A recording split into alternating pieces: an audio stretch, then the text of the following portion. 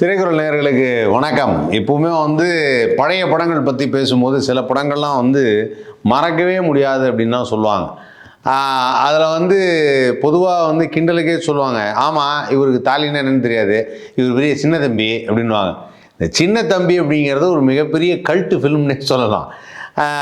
1991 இந்த படம் ரிலீஸ் ஆகுது. இந்த படம் ஒரு ஏப்ரல் தமிழ் புத்தாண்டை ஒட்டி ரிலீஸ் ஆகிற படம்.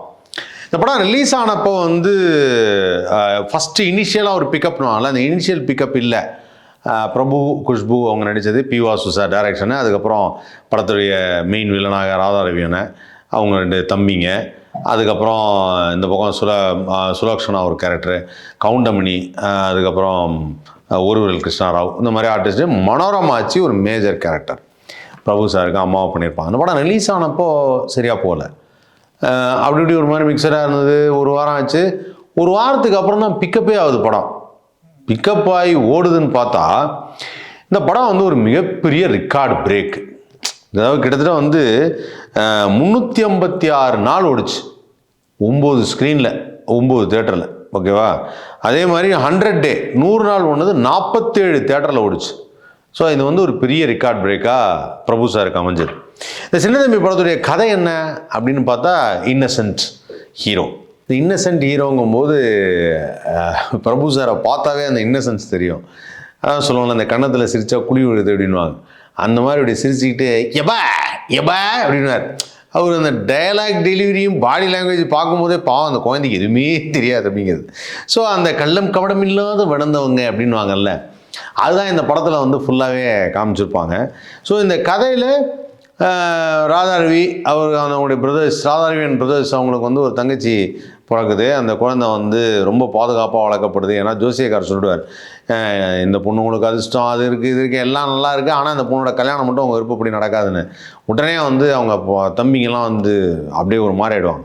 ஆனால் என்னாச்சு என்ன ஆமாம், ஜோசியத்தில் நல்லதை சொன்னால் ஏற்றுப்பீங்க, அதே கெட்டதை சொன்னால் ஜோசியம் பொய்ன்னு சொல்லுவீங்க அப்படின்னு சொல்லி நான் வரேன் அப்படின்றார். அதுதான் இதோட ஒரு ஒன்லைன்.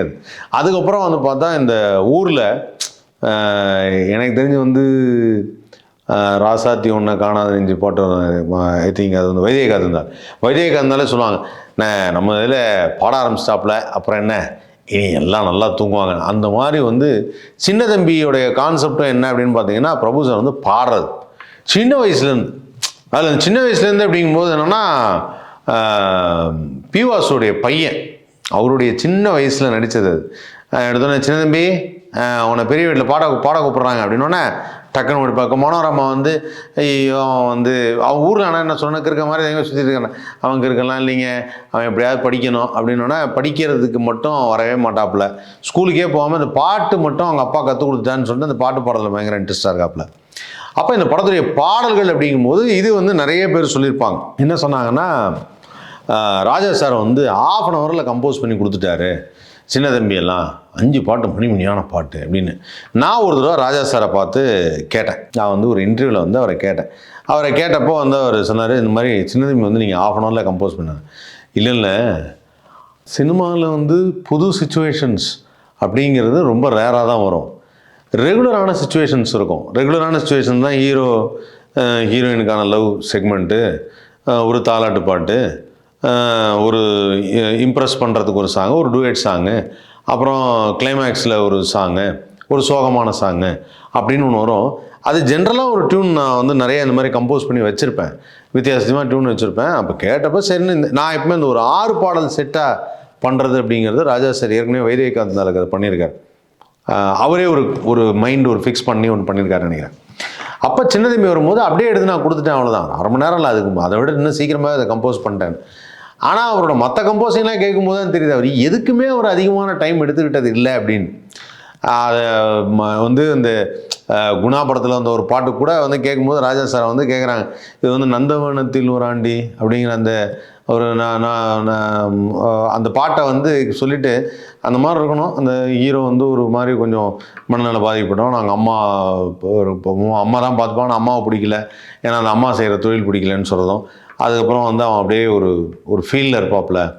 அது என்னென்னா அந்த பாட்டு அப்படின்னோடனே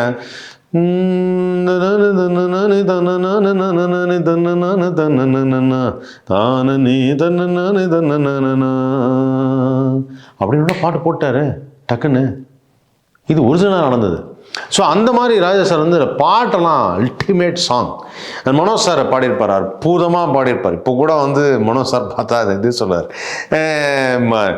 நான் தான் மனோ தோழியிலே ஆட வந்த நான் தான் மனோ அப்படின்னார். அது வந்து ஒரு ஜாலிக்கு சொல்லுவார்னு வச்சுங்களேன். அது மாதிரி என்னென்னா ரெஜிஸ்டர்டு சாங் அந்த தோழியிலே ஆட வந்த அந்த பாட்டு. ஸோ அது வந்து ஃபஸ்ட்டு ஓப்பனிங்கில் வந்து சித்ராம்மா பாடியிருப்பாங்க, அந்த சின்ன வயசு பிரபு கேரக்டர். ஸோ அவர் தான் அந்த வாசு சார் பையன். ஆக்சுவலாக ஆனால் வாசு சார் பையன் நடிக்கும் போது இல்லை, அந்த சின்ன வயசுலேயே சொல்லி கொடுத்துருப்பாங்கன்னு நினைக்கிறேன். அது பிரபு சார் நடக்கிற மாதிரியே நடக்கணும், அந்த இப்படி இப்படி நடந்து வர்றது. அதுக்கப்புறம் அது ரொம்ப சூப்பராக பண்ணியிருப்பாப்புல அந்த கேரக்டர். அண்டு அந்த பாட்டு தூளியிலே ஆட வந்த வானத்து மின்விலைக்கு பாட்டு. ஸோ அதில் இந்த பாட்டு பாடினோன்னே கதைப்படி வந்து அவங்க அப்படியே பெரியலானோன்னா அந்த தங்கச்சி கேரக்டர் வந்து ஏஜ் அட்டன் பண்ணுறது. இந்த ஏஜ் அட்டன் பண்ணுறது அப்படின்னு காமிக்கும்போது அதுக்கு ஒரு பாட்டு, அதுக்கு வந்து இன்ட்ரொடக்ஷன். ஒரே டைமில் 2 இன்ட்ரொடக்ஷன். என்னன்னா ஹீரோயின் இன்ட்ரொடியூஸ் பண்ணுறாங்க, ஏஜ் அண்ட் மென்ஷன் சொல்லி இன்ட்ரொடியூஸ் பண்ணுறாங்க. அப்படியே அடுத்த 2 ஒரு வித்தின் அ ஃபியூ செகண்ட்ஸில் வந்து ஃபியூ மினிட்ஸில் 1 or 2 மினிட்ஸில் பிரபு சார் இன்ட்ரொடியூஸ் பண்ணிவிடுவாங்க. ஸோ பிரபு சார் இன்ட்ரொடியூஸ் பண்ணும்போது அந்த அரைச்ச சந்தனம் பாட்டு. ஸோ அதுவும் வந்து அரைச்ச சந்தனம் அனக்கும் குங்குமம் அழகு நெத்தியிலே இந்த பாட்டு. ஸோ இந்த பாட்டு வந்து எஸ்பி பாலசுப்ரமணியம் அவர்கள் பாடினாங்க. ஸோ இப்படி மனோஜ் சாருக்கு 3 பாட்டு, எஸ்பிபி சாருக்கு ஒரு 3 பாட்டு. இதில் வந்து அந்த பேத்தோ சாங் அப்படிங்கும்போது இந்த குயிலை பிடிச்சி அப்படிங்கிற பாடல் அதில் பின்னாடி நான் சொல்கிறேன். அண்டு இப்போது இந்த கதைப்படி இப்போ பார்க்குறாங்க, ஒரு இன்னசென்ட்டான ஒருத்தர். அவர் வந்து இந்த மாதிரி பாட்டு பாடுறவருன்னா குஷ்புவும் பிடிக்கும். அப்போ வந்து அவர் எங்கே இம்ப்ரெஸ் ஆகுறாங்க, குஷ்பு எங்கே இம்ப்ரெஸ் ஆகும். குஷ்பு வந்து தன்னோட லைஃப்பில் நம்ம அண்ணன் நல்லா தான் பார்த்துக்கிறாங்க. அண்ணன்லாம் வந்து இந்த மாதிரி வீட்டுக்கு வந்து தோழிங்கெல்லாம் விளையாடுறதுக்கு வீட்டுக்கு வருவாங்க. வீட்டுக்கு வந்தோடனே என்னடி உங்கள் வீட்டுக்கு வர்றதே எங்களுக்கெல்லாம் போர் அடிக்குது அப்படின்னு சொல்லும்போது நீ வந்து வெளியிலே போனதில்லை. நான் எதுக்கு வெளியில் போனோம், எங்கள் அம்மா அண்ணன் எல்லா வசதியும் இங்கே செஞ்சு கொடுத்துருக்காங்க அப்படின்னு சொல்லி குஷ்பு சொல்கிறப்போ, உனக்கு என்ன தெரியும், நாங்களாம் ஜாலியாக வெளில சுற்றுவோம், தண்ணியில் குதிப்போம், விளையாடுவோம், அப்புறம் அப்படியே போய் மீன் பிடிப்போம், இப்படிலாம் அவங்க சொல்லும்போது குஷ்புக்கு ஒரு இன்ட்ரெஸ்ட் வரும். இதெல்லாம் நம்ம பண்ண முடியாதோ அப்படின்னு சொல்லி. அந்த மாதிரி சமயத்தில் வந்து ஒரு ஷார்ட் வந்து எடுத்துப்போம். அந்த படத்தில் ஒரு வித்தியாசமான சீன் இருக்கும். அது என்னென்னா, பெரிய வீட்டிலேருந்து பெண்கள்லாம் வந்து வெளியில் வராங்க அப்படின்னு சொன்னால் பாண்டு அவர் தான் ஒரு கேரக்டர்.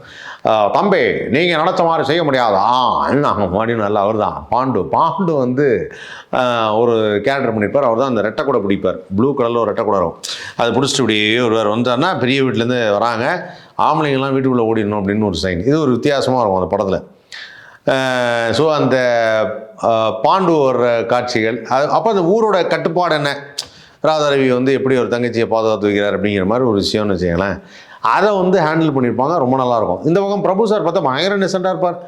அவர் ஏதோ கோயிலுக்கு போயிட்டு வரும்போது இவங்க வந்து பெரிய வீட்டிலேருந்து கோயிலுக்கு வந்துருவாங்க. கோயிலுக்கு வந்தோடனே மனோரமாவும் வரும்போது எங்கே 2 பேர் வந்து இந்த அடியாட்கள் வந்து கூட வந்து தேங்காய் உடைப்பாங்க.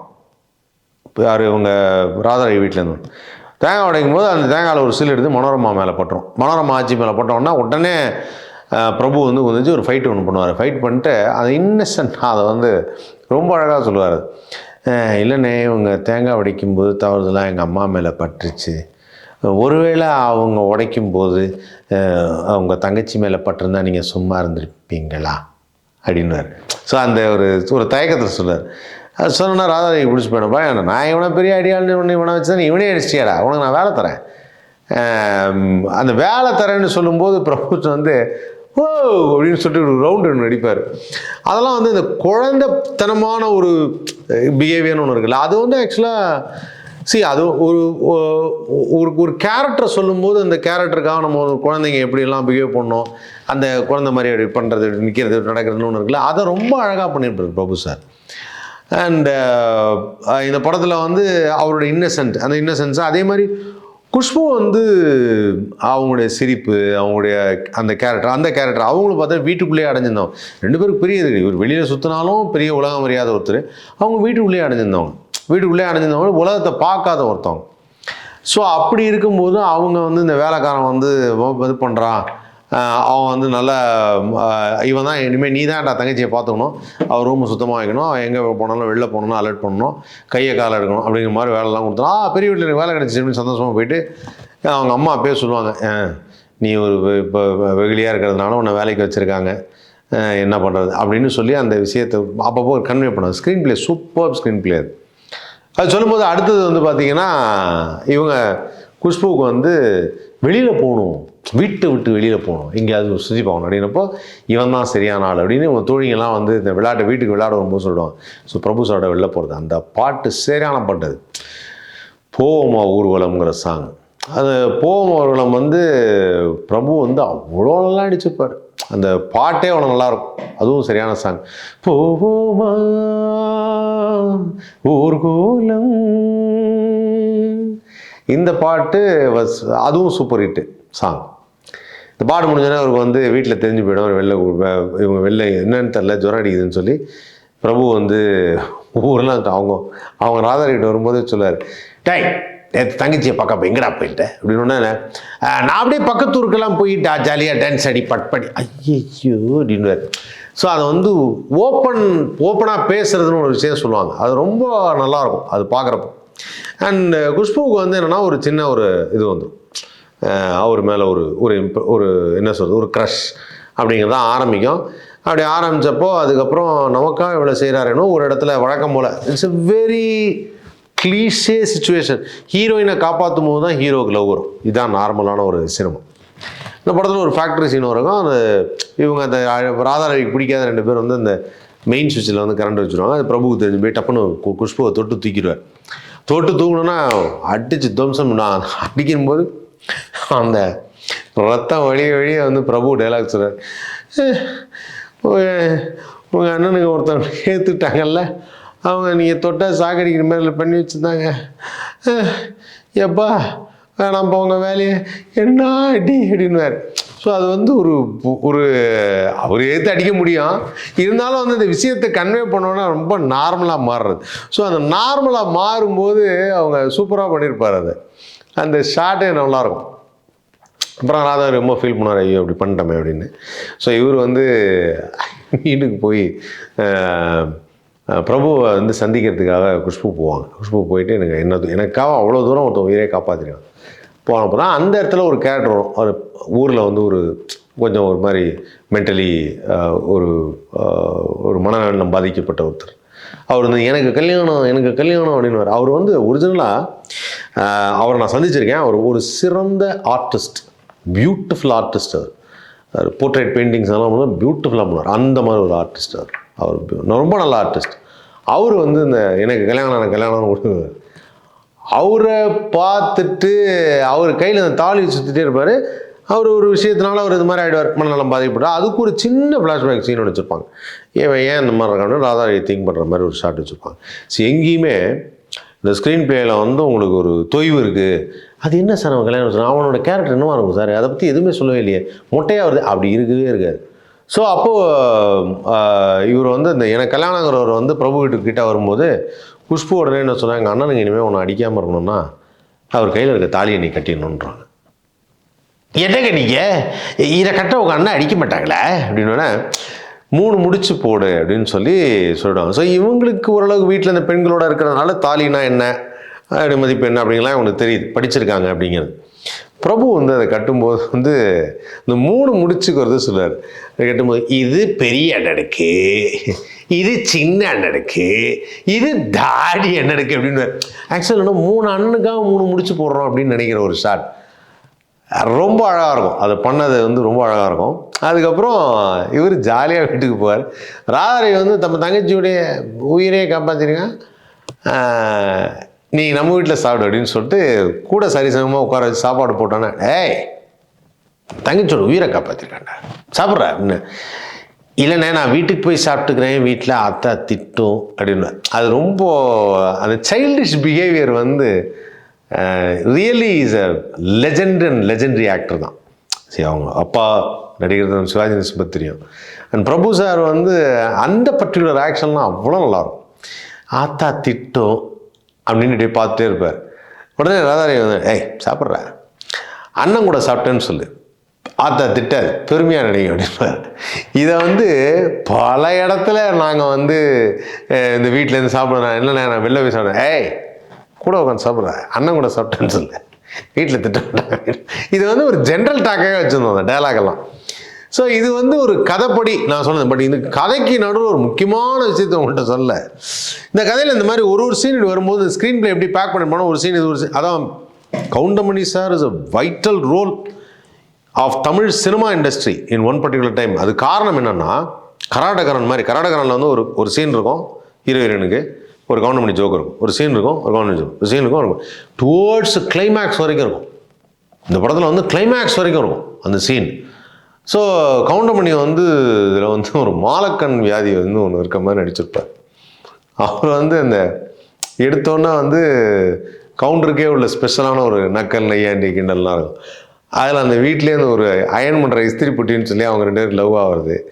அதில் வந்து ஒரு டைலாக் ஒன்று சொல்லுவார், மற்ற வேலைக்காரங்களாம் அந்த பொண்ணு மேலே கண்ணா இருக்காங்கிறதுக்காக டக்குன்னு அந்த இவர் சீனியாரிட்டி காப்பா அப்படி திரும்பி ஏய் அந்த அண்டாவில் என்ன ஓரமாக ஒரு கரை அப்படின்னா, என்னங்க அந்த அங்கே இருக்கிற அண்டாவில் உங்களுக்கு இங்கேருந்தே கண்ணு தெரியுது அப்படின்வாங்க. இது ஆமாம் அப்படின்னா, உங்கள் கண் பார்வையிலேருந்து யாரும் தப்பிக்க முடியாது அப்படின்னு. அது ஆக்சுவலாக 6 மணிக்கு மேலே அவருக்கு மாலை கண் அப்படிங்கிறது. அது ஒரு இடத்துல சொல்லுவார், இது மணி 6 ஆயிடுச்சா, நான் வீட்டுக்கு போகிறேன் அப்படின்னாரு. ஏங்க 6 மணிக்கெல்லாம் நீங்கள் வீட்டுக்கு போகிறீங்க அப்படின்னு சொல்லும்போது, இது 1 கோடி ரூபாய் கொடுத்தா கூட நான் 6 மணிக்கு மேலே வேலை செய்ய மாட்டேன் அப்படின்னு வீட்டுக்கு போயிடுவார். அப்போது அந்த வீட்டுக்கு போய் அவங்க அப்பாவோட ஃபோட்டோ. ஆனால் அப்பா வந்து ஆக்சுவலாக நிறைய படத்தில் ஜூனியர் ஆர்டிஸ்டில் ஒருத்தராக பார்த்துருக்கேன். அவரோட ஃபோட்டோ வச்சுருப்பாங்க. வச்சுட்டு இவர் போவார். போய் எங்கள் அப்பா கோடி ரூபாய் கொடுத்தா கூட 6 மணிக்கு மேலே நான் வேலை செய்ய மாட்டேன், 30 ரூபாடா, 30 ரூபா கொடுத்து 3 நாள் கண்ணு முடிச்சு வேலை செய்வேன், எங்கேயோ போக்கிட்டு இருந்தான். அவர் திட்ட ஸ்டைலே வேற மாதிரி இருக்கும். அவர் சொல்லிட்டு, 1 நாள் எனக்கு 1 மிச்சமாடா, நான் கரண்ட் பில்லே கட்டினதில்லடா சார். அது வந்து ஒரு இனிஷியல் இன்ட்ரடக்ஷன் ஆஃப் அந்த மாலக்கண்ணு இதுக்கு வந்தவங்களுக்கு என்ன ப்ராப்ளம் அப்படின்னு. அதுக்கப்புறம் அந்த இஸ்திரின்னு அவங்க லவ் பண்ணி கல்யாணம் பண்ணதுக்கப்புறம் அவர் சந்திக்கிற ப்ராப்ளம்னு ஒன்று இருக்கும். அதில் ஒரு பர்டிகுலர் சீனில் பிரபு திடீர்னு இப்போ கவுண்டமணி வந்து பிரபு வந்து கவுண்டமணிகிட்ட போய் அந்த தாலியை காமிச்சு இஸ்திரி புட்டி இதை எப்போ அவங்க கழுத்தில் கட்ட போகிறேன்னு சொல்லி கேட்டாங்க. அப்படின்னு சொன்னோன்னே அதை துரத்திட்டு வரும்போது கவுண்டமணியை பிடிச்சிருவாங்க. பிடிச்சோன்னே யாதரை இப்போ சாப்பிட்டுட்டு இருக்கும்போது கரெக்டாக அடி பார்த்துட்டு கவுண்டமணிகிட்ட அவர் வந்தோன்னா அழுதுகிட்டே ஒரு டோன் கொடுப்பார். கவுண்டமணி வந்துட்டு கரெக்டாக அடி பார்த்துட்டு பிரபுட்ட சொல்கிறார், டேய் அதை வந்துட்ட கொடுறேன் அப்படின்னு சொல்லி கொடுத்துட்டு, இந்த வீட்டில் வயசுக்கு வந்து ஒரு பொண்ணு இருக்குது, இந்த மாதிரி ஒன்று பண்ணுறதை பார்த்தேன் தொலைச்சிரு அப்படின்னு சொன்னோன்னே கவுண்டமணி அப்படியே பார்த்துட்டு இருப்பார். உன் கண்ணை நோண்டிடுவேன். ஏற்கனவே 6 மணிக்கு மேலே அது தெரியாது, இனி பகலில் வேற யார். ஆக்சுவலாக அது ஒரு ராதாஜி ஒரு சீரியஸான ஒரு விஷயத்தை சொல்கிறார். வீட்டில் ஒரு ஏஜென்ட் பண்ண பொண்ணு இருக்குது, இந்த மாதிரிலாம் வச்சுட்டு விளையாடுறதுலாம் ரொம்ப தப்பு அப்படிங்கிறது ஒன்று இருக்குது. இந்த காதலுக்கு இதெல்லாம் சொல்லலாம் எனக்கு பிடிக்காது. அவர் சொல்லும்போது கவுண்டமணி ஆக்சுவலாக திரும்பியிருக்கலாம், திரும்பி போகிறது தான் அது அப்படின்ட்டு திரும்பிட்டு போகிறது தான். ஓவர்லாப்பில் டைலாக் போட்டிருப்பார். இங்கே ராதாஜி வந்து சாப்பிட்டுட்டு இருப்பார். ஆக்சுவலாக அந்த டைலாக் போட்டப்போ இது டப்பிங்கில் தான் பண்ணியிருப்பாங்க கண்டிப்பாக. ஆன் டேக்கில் எனக்கு இருந்த மாதிரி எனக்கு தெரியல, டப்பிங்கில் தான் பண்ணியிருக்கிறாங்க. அவ்வளோ ஒரு அழகாக இருக்கும் அது பண்ணது. அவருக்கு பயங்கர சிரிப்பாக இருக்கும் அது அந்த இடத்துல. ஸோ இது வந்து கவுண்டமணி சாரோட ட்ராவல் வந்து இந்த படத்தில் ஒரு இம்பார்ட்டண்ட்டான விஷயம். அண்ட் அதுக்கப்புறம் வந்து பிரபு சாருக்கு வந்து டவுட் வர சீன், நம்ம 2 பேரும் கல்யாணம் ஆயிடுச்சு அப்படின்னு சொல்லி இந்த வரலட்சுமி நோன்பு அப்படின்னு சொல்லி இந்த கணவர் நல்லா இருக்கணும்னு சொல்லி வேண்டிக்கிறோம் அப்படின்னு சொன்னோன்னே கோயிலுக்கு போகிறப்ப குஷ்பு வந்து தாலியோடு இருக்கிறத வீட்டில் பார்த்துருவாங்க. இவங்க வீட்டில் இருக்க ஆம்பளைங்கெல்லாம் குஷ்பு மாப்பிள்ளை பார்க்க போயிருப்பாங்க. பிரபு சார் வந்து அந்த இடத்துல கையை உதவிட்டு உடனே போயிடுவார். போனவுடனே அவங்க அம்மாட்ட போய் கேட்பார். அந்த டைலாக் நிறையா அந்த மிமிக்ரி ஆர்டிஸ்ட்லாம் நிறையா வந்து யூஸ் பண்ணியிருப்பாங்க. நான் யூஸ் பண்ணியிருக்கேன், நானே கலக்க போது யாரில் பண்ணும்போது யூஸ் பண்ணியிருக்கேன். எப்பா இதை சாப்பாடெலாம் போட்டு பண்ணுவாங்களே அதானம்மா கல்யாணம்? ஆமாப்பா. இந்த டும் டும் டும் அடித்து பண்ணுவாங்களா அதானம்மா கல்யாணம்? ஆமாப்பா.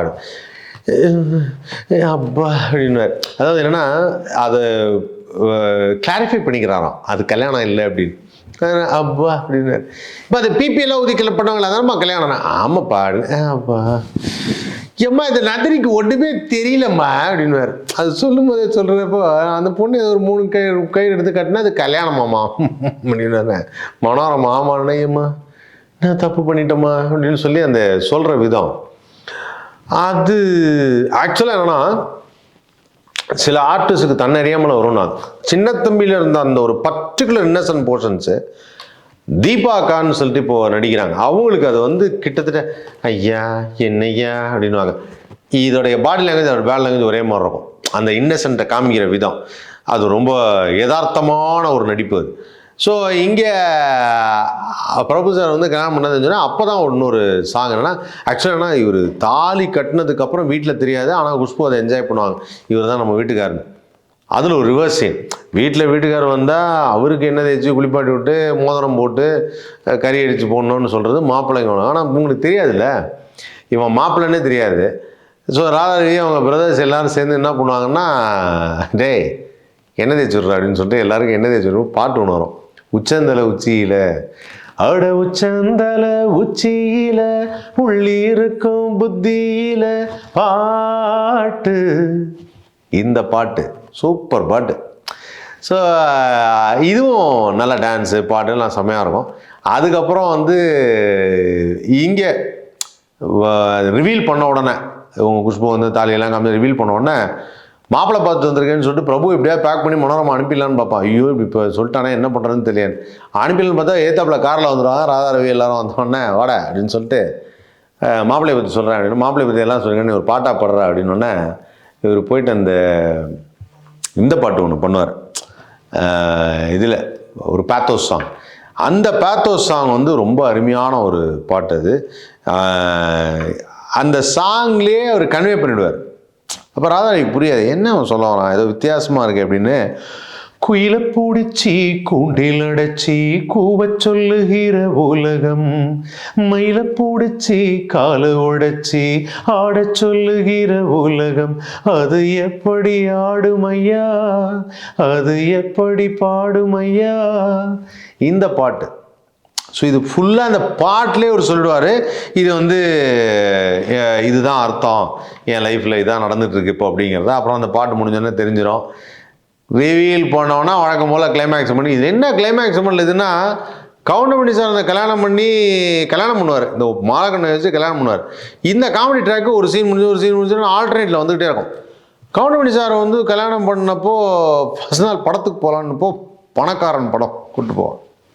சூப்பர் ஸ்டார் படம். சூப்பர் ஸ்டார் தான் எல்லாம் விசில் அடிப்பாங்க. என்ன எல்லாரும் விசில் அடிக்கிறான்னு இவர் வந்து சாயங்கால காட்சிக்கு போயிடுவார். இல்லை இங்கேயே இருந்து 6 மணி காட்டம் இப்போ பார்த்துட்டு தான் போகணும் அப்படின்னு. அப்போல்லாம் அப்படி தான் டிக்கெட்டு 3 மணி ஷோ கிடைக்கலாம், 6 மணி ஷோக்கு வெயிட் பண்ணுவாங்க. பார்த்துட்டு தான் போகணும் அப்படின்னு சொல்லிட்டு 6 மணி ஷோ பார்க்கும்போது எல்லோரும் கிளாப் பண்ணோன்னே இவருடைய பார்த்துன்னே இருப்பார். இன்னும் எல்லோரும் கிளாப் பண்ணோன்னா அடுத்த சீனில் வந்து வில்லன் வர ஸ்டார்ட் இருக்கும்.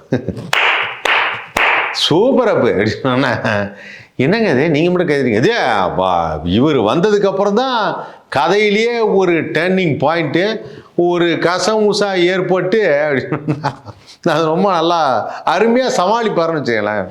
அதுக்கப்புறம் அந்த கண்ணை முட்டே நான் வண்டி ஓட்டுறேன் அப்படிங்கிற அந்த ஷாட்டு, அதுவும் இப்போ வரைக்கும் இல்லை, எல்லா பசங்களும் சொல்கிற ஒரு விஷயம். இது லாரியா, நான் 2 வண்டி வருது நடுவில் பூந்து போயிடலாம் நினச்சிருங்க அப்படின்னு. டேய் பூந்து போயிருந்தா பரவாயில்ல தான் போயிருப்பேன் அப்படின்வாங்க. ஸோ இது அதுக்கப்புறம் வந்து வீட்டில் சாப்பாடு பரிமாறுற ஒரு சாப்பிட்றோம். மாப்பிள்ளை முருகல் கிருஷ்ணராவன் வந்துடாட் மாப்பிள்ளை சாப்பாடு எப்படி வச்சுருங்க, உங்களுக்காக மீன் கறின்னு எல்லாம் வச்சுருக்கேன், ஆனால் இந்த மாதிரி நேரத்தில் அப்படின்னு சொல்லிட்டு சாப்பிடுங்க மாப்பிள்ளை அப்படின்னா, இருங்க நான் ஒன்றுனா சாப்பிட்டுக்கிறேன் அப்படின்னு சொல்லும்போது முருகல் கிருஷ்ணன் போயிட்டு வர்றதுக்குள்ளே ஒரு நாய் வந்து அதை ஸ்மெல் பண்ணிகிட்டு இருக்கோம். அதை ஸ்மெல் பண்ணிட்டு சு அப்படின்னா என்ன மாப்பிள்ளை அப்படின்னு பக்கத்தில் முருகல் கிருஷ்ணன் வந்து நாய் சாப்பிட வச்சுட்டு வேடிக்கை, நாய் வந்து மேதிரி ஒன்றுமே சொல்லாமல் இருக்கீங்க விரட்டாமல் இருக்கீங்க அப்படின்னோடனே எது நாயா அப்படின்னு ஒரு அடி அடிச்சோன்னே கிருஷ்ணராவை அடிச்சுட்டு அவர் மாப்பிள்ளை என்ன அடிச்சிங்க, இது நாய் நன்றி உள்ள சமாளிக்கிற நன்றி உள்ள ஜீவன், அது சாப்பிட்டா அதை ஏன் நீங்கள் தப்பாக எடுத்துக்கிறீங்க அப்படின்வார். உங்களுக்கு என்ன ஒரு உள்ளம் மாப்பிள்ளை அப்படின்னாரு. அது ரொம்ப நல்லாயிருக்கும். இதே மாதிரி ட்ராவல் பண்ணும்போது இவர் ஐடென்டிஃபை பண்ணுறது அப்படிங்கிறப்போ ஒரு ஆப்போசிட்டில் ஒரு லேடி வந்து பேபி ஃபீடிங் பண்ணிகிட்டு இருக்கும்போது ஒரு பார்த்துட்டாருன்னு சொல்லி கம்ப்ளைண்ட் பண்ணி சத்தியமானுக்கு தெரியாதுங்க மாலக்கண்ணு அப்படின்னு இவர் ஆரம்பிப்பார். இதெல்லாம் இப்போ டுவர்ட்ஸ் கிளைமேக்ஸ் வரும். இப்போ இந்த ஆல்டர்னேட் சீனில் பண்ணிகிட்டே இருக்கும்போது கிளைமேக்ஸில் பார்த்தா இவங்க வந்து பிரபுவும் பிரபு ஓடிடுவார், மனோரமா லாக் பண்ணிடுவாங்க. மனோரமா லாக் பண்ணால் அது ஒரு மாதிரி ஒரு புது சீன். அதுவும் ஒரு புது சீன் தான். மைட் பி அது வந்து வாசு சாரோட இதுக்கு முன்னாடி ஒரு படம் இருக்குது, என் தங்கச்சி படித்தவன் நினைக்கிறேன். அந்த படமும் இதுவும் அதே மாதிரி கொஞ்சம் ட்ரீட்மெண்ட் வைஸ் அந்த வில்லனைசம் ஒரு இப்படி இருக்கணுங்கிறதுல அது அப்போ ரொம்ப நிறையா பேசினா, கொஞ்சம் மிக்சடாகவும் சொன்னாங்க. அதுவாக ஒரு விதவையாக இருக்கவங்களுக்கு வந்து கலர் தனியாக ஊற்றி பொட்டு வச்சு அந்த இவர் தாலி கட்டுறதுக்காக வரப்போகிறான் அப்படின்னு சொல்லி இவனை அந்த எனக்கு கல்யாணம் அவன் தான் அப்படின்னு சொல்லி வரும்போது தான் ஒரு ஃபைட் வரும், பிரபுவோட ஃபைட் ஒன்று வரும். அந்த ஃபைட்டில் அப்புறம் எல்லாம் மாறிடுவாங்க, தெரிஞ்சிடுவாங்க. அப்போ ஒரு கிளைமேக்ஸ் சாங் வைப்பாங்க. இந்த கிளைமேக்ஸ் சாங்கு படத்தில் ரொம்ப இம்பார்ட்டன்ட் சாங் அப்படின்னு சொல்லி போமா ஊர்வலம் பாட்டை குஷ்பு வந்து நான் என்னை கட்டிட்டு வந்துடுறேன், எனக்கு கட்டி வைக்கிறேன்னு சொல்லி என்னை ஏமாற்றி நீங்கள் அவனை அடிக்க ஏற்பாடு பண்ணிக்கிங்கன்னு சொல்லி அந்த சாங் வரும். அந்த நீ எங்கேங்கிற பாட்டு சமீபத்தோட கேங்கர்ஸ் படத்தில் வந்து அந்த பாட்டு இந்த அலெக்ஸா பாடிடும், நீ எங்கே நான் எங்கேன்னு அந்த பாட்டு. அந்த பாட்டு வந்து கிளைமேக்ஸில் வரும். Extraordinary song. ஸ்வர்ணலதாம்மா பாடியிருப்பாங்க. ஐயோ, வாய்ஸ் அப்படி ஒரு வாய்ஸ். அதுக்கப்புறம் பார்த்தா படத்தில் அந்த இன்னசென்ட் த்ரோட்டை ட்ராவல் பண்ணுறது மட்டும் இல்லாமல் இந்த படத்தில் இன்னொரு ஸ்பெஷலான ஒரு விஷயம் என்னென்னா, இந்த படம் நடிக்கும்போது பிரபு சாருக்கு வந்து ஒரு பர்டிகுலர் 2-3 காட்சிகள் நீங்கள் பார்த்தீங்கன்னா கண்ணெல்லாம் ரெட்டாக இருக்கும். பயங்கர ஜுரத்தில் இருந்தாராம். 103 டிகிரி ஜுரம். அந்த மாதிரி ஜுரத்துலையும் அவர் எக்ஸ்பிரஸ் பண்ணி நடிச்சிருப்பார். You can do it. நமக்கெல்லாம் டயர்ட்னா ஒரு மாதிரி அந்த ஒரு ரெஸ்ட்லெஸ்னஸ் வந்துடும். அப்படியே சரி அப்புறம் பார்த்துக்கலாமா, ஜுரமாக இருக்குப்பாடு. ஏன்னா டெம்பரேச்சர் ஏறுது. ஆனால் அந்த டெம்பரேச்சர் ஏறும்போது அவர் கரெக்டாக பர்ஃபார்ம் பண்ணுவார். That is a dedication of Prabhu sir. அது பை பிளட் அந்த மாதிரி பண்ணணும் அப்படிங்கிறது பை பிளட். ஸோ அதெல்லாம் வந்து சும்மா சொல்லக்கூடாது. It's extraordinary work. அந்த படம் வந்து ஒரு பெரிய ட்ரெண்ட் செட்டிங் ஆகி இதுக்கப்புறம் வந்து ஒரு பல படங்கள் வந்து கிழக்கு கரை, பாண்டித்துறை, செந்தமிழ் பாட்டு எல்லாத்துலேயும் பிரபு சார் இன்னசென்ட்டாகவே இருப்பார். தாலினா என்னன்னு தெரியாது, அது என்னன்னு தெரியாது, இது என்னன்னு தெரியாதுன்னு சொல்லி அவர் வந்து இந்த தெரியாத ஒரு ஹீரோவாகவே வந்து நிறையா டெவலப் பண்ணிட்டாங்க. கள்ளம் கவடம் இல்லாத ஒரு மனசு அப்படின்வாங்கல்ல, அதே மாதிரியே பிரபு சார் அப்படியே டெவலப் பண்ணிட்டாங்க நிறையா படத்தில். அதுலேருந்து அவர் மீண்டு வந்து எனக்கும் ஞானம் இருக்குது அப்படிங்கிற படம்லாம் பண்ணுறதுக்கே டைம் ஆகிடுச்சு. பட் அந்த ஜானர் அவருக்கு செட் ஆகிடுச்சு. மைடியர் மார்த்தாண்டனில், பாண்டித்துறையில், கிழக்கரையில், இது மாதிரி எல்லா இடத்துலையும் அந்த ஜானர் வந்து அவருக்கு செட் ஆகிடுச்சு. ஸோ அந்த travel was very nice travel. And இவங்களுடைய ஜோடி பிரபு அண்ட் குஷ்பு அந்த காம்பினேஷன் அது வந்து one of the winning combination. அது இந்த படத்துடைய வெற்றி பண்ணும்போது மன்னன் வரும்போதெல்லாம் மன்னனில் வந்து அந்த இது சொல்லுவாங்க, மன்னன் அந்த ரஜினி சாரும் கவுண்டமணி சாரும் வந்து சின்னதம்பி படம் வந்துருக்கு, நம்ம போய் முதல் டிக்கெட் வாங்கிட்டு வந்துடலாம்னுவாங்களே, அது மாதிரி அந்த ட்ராவல். இப்போ சொல்கிறாங்கல்ல எல்சியூங்கிறது, அதான் எல்சியூ மாதிரி அது ஒரு விஷயம். சின்னதம்பி படத்துக்கு இப்போ தேட்டரில் ஓடுது, அதுக்கு ரஜினி சாரும் கவுண்டமணியும் வந்து படம் பார்க்க போகிறாங்கன்னு. சின்னதம்பியே இன்னொரு படம், அந்த படம் தேட்டரில் ஓடுது, அந்த படத்தை பார்க்குறதுக்கு இவங்க 2 பேர் போகிறாங்க. இது it's a kind of LCU தான். பிகாஸ் அந்த படத்துடைய ஒரு விஷயம் கனெக்ட் இந்த படத்தில் இருக்குங்கிறது. ஸோ இதெல்லாம் இருந்திருக்கு, அதை சொல்ல வரேன். அதெல்லாம் இந்த மாதிரிலாம் கனெக்ஷன் பிட்வீன் 2 மூவிஸ்லாம் வந்து அப்பயே இருந்திருக்கு அப்படிங்கிறதுக்கு சொல்ல வரேன். அதில் ஒரு காட்சியும் பண்ணியிருப்பாங்க, சும்மா வெறும் ஸ்க்ரீனில் பார்க்குற மாதிரி இல்லாமல் அதுக்கு ஒரு வாசு சாரே வருவார் மன்னனில். ஸோ இந்த படம் வந்து ஒரு ட்ரெண்ட் செட்டிங் மூவி இந்த சென்ஸ் என்னென்னா, இந்த படம் தமிழில் எடுத்ததுக்கப்புறம் இல்லை, கன்னடத்தில் ரவிச்சந்திரன் சார் பண்ணார், அதுக்கப்புறம் தெலுங்கில் வந்து வெங்கடேஷ் பண்ணார். வெங்கடேஷ் பண்ணதையே அப்படியே வந்து வெங்கடேஷ் மீனாவும் பண்ணாங்க, அப்படியே அதை ஹிந்திலையும் பண்ணாங்க. ஸோ அந்த மாதிரி வந்து இந்த படம் ஒரு சக்கப்போடு போட்டுச்சு, ஒரு வேற ஒரு லெவலில் சக்கப்போடு போட்டுச்சு. ஒரு பெரிய ட்ரெண்ட் செட்டிங் ஆஃப் தமிழ் சினிமாவாக இருந்தது. பட் இந்த படம் இனிஷியலாக பிக்கப் ஆகலை, அதுதான் நம்ம தெரிஞ்சுக்க வேண்டியது. இனிஷியலாக இந்த படம் பார்த்துட்டு ஒரு 4-5 நாள் சரியாக போகல, அதுக்கப்புறம் பிக்கப் ஆச்சு. அது பாட்டுக்கு கிலோமீட்டர் வேகத்தில் ஓடிட்டு இருந்ததுன்னு தான் சொல்லணும். அப்படிப்பட்ட ஒரு படம். ஸோ அந்த படத்தை பற்றி உங்கள்கிட்ட ஷேர் பண்ணணும்னு நினச்சேன். டைம் இருந்தால் அந்த படம் பாருங்கள், வெரி நைஸ் ஃபிலிம். இப்போ இருக்கிற ஜென்ரேஷன்லாம் தெரியுமான்னு தெரியல. சின்னதம்பி பிரபு சார் நடித்த படம். காமெடி, கவுண்டமணி அவங்களுடைய காமெடி அடிச்சிக்க முடியாது. இன்ன வரைக்கும் வந்து காமெடி கிங்கு கவுண்டமணி சார் தான், அந்த கவுண்டருக்கே மண்ணை அப்படின்னு சொல்கிறதுனா அது காரணம் வந்து இந்த மாதிரியான சில திரைப்படங்கள் தான். இந்த ஆன் ஸ்பாட்டில் அவர் டெவலப் பண்ணுற சில விஷயங்களும், அந்த ஒரு ஸ்பான்டனிட்டியில் அவருடைய ரியாக்ஷன்ஸ், அந்த ரியாக்ஷன்ஸில் வந்து நிறைய ரொம்ப ஸ்பெசிஃபிக்கான ரியாக்ஷன்னா அந்த இதுதான் அப்படின்னு வரல, அந்த ரியாக்ஷன் தான் நிறைய இடத்துல வரும். அது ஒரு வித்தியாசமாக இருக்கும். ஸோ அதெல்லாம் இந்த படத்துடைய பாட்டு screenplay, mass screenplay by Vasu sir. And acting எல்லாரும் ஒரு சின்ன கேரக்டர் பண்ணவங்க கூட அந்த படத்தில் அவ்வளோ நல்லா நடிச்சிருப்பாங்க. ஸோ நம்ம இவர் ஐ திங்க் ஒட்டபால் சவுந்தர் அவர் கூட இந்த படத்தில் வந்து ஒரு படம் பண்ணியிருந்தார், ஒரு கேரக்டர் பண்ணியிருப்பார், இன்னும் ஒரு மீசையை ஒரு பக்கம் எடுத்துக்கிறது அந்த ஒரு மேட்ரு. ஸோ அது மாதிரி இந்த படம் டைம் கிடைச்சா பாருங்கள். நான் ஏதாவது விட்ட விஷயங்கள் இருந்ததுன்னா கமெண்ட் செக்ஷனில் தெரிவிங்க, எப்படி இருக்குன்னு சொல்லுங்கள். வேறு என்ன இந்த படத்தில் நீங்கள் என்ஜாய் பண்ணீங்கன்னு சொல்லுங்கள். வேறு என்னென்ன படங்கள் பண்ணலான்னு சொல்லுங்கள். கூடிய விரைவில் வருது. அடுத்தது நிறைய பேர் கேட்டிருந்தேன், 16 வயது நிலையெல்லாம் ஒருத்தர் கேட்டிருந்தார். 16 நிலை படம் நான் அதை பற்றி நிறையா பேசணும்னு நினச்சேன், அதுவும் பேசுகிறேன். அந்த படம் எப்படி எடுக்க ஆரம்பித்தாங்க, என்ன படம், நடுவில் நடந்த காமெடியான விஷயங்கள், கவுண்டமணி சார் என்கிட்ட சில விஷயம் ஷேர் பண்ணார், அதெல்லாமே நான் சொல்லலான்னு இருக்கேன். டெஃபினட்டாக மறுபடியும் சந்திப்போம். அது வரைக்கும் தொடர்ந்து பாருங்கள். திரைக்குறள் லைக் பண்ணுங்கள், ஷேர் பண்ணுங்கள், சப்ஸ்கிரைப் பண்ணுங்கள்.